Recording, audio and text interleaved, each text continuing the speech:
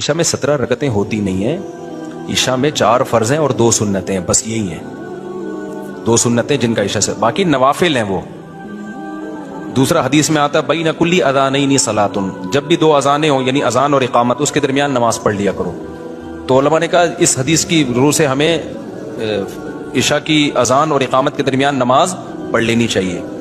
اس حدیث کی روح سے نفل ہے، پڑھ لینی چاہیے، اچھی بات ہے. تو اب کتنی پڑھنی چاہیے؟ تو حدیث میں کوئی تذکرہ نہیں ہے کہ کتنی پڑھنی چاہیے. علماء نے کہا قیاس کیا ہے کہ دیکھو فجر سے کی 2 رکعتیں ہوتی ہیں تو اس سے پہلے بھی کتنی ہیں؟ 2 ہیں. ظہر کی 4 رکعتیں ہوتی ہیں، اس سے پہلے بھی کتنی ہیں؟ 4 ہیں. عصر سے پہلے بھی حدیث سے ثابت ہے 4 رکعتیں. تو اس سے پتہ چلتا ہے عشاء کی 4 ہیں تو احتیاطاً کتنی پڑھ لو؟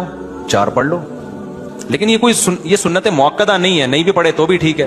سنت موقدہ جو ہے نا وہ صرف عشاء کے بعد 2 سنتیں. اس کے بعد نوافل بھی وہ تو جتنے 2 پڑھو، 4 پڑھو، 10 پڑھو، نہیں بھی پڑھو تو بھی ٹھیک ہے، وہ ہر آدمی کی اپنی غریبی ہے. تو علماء نے کہا کم از کم 2 نفل پڑھ لو، بہتر ہے.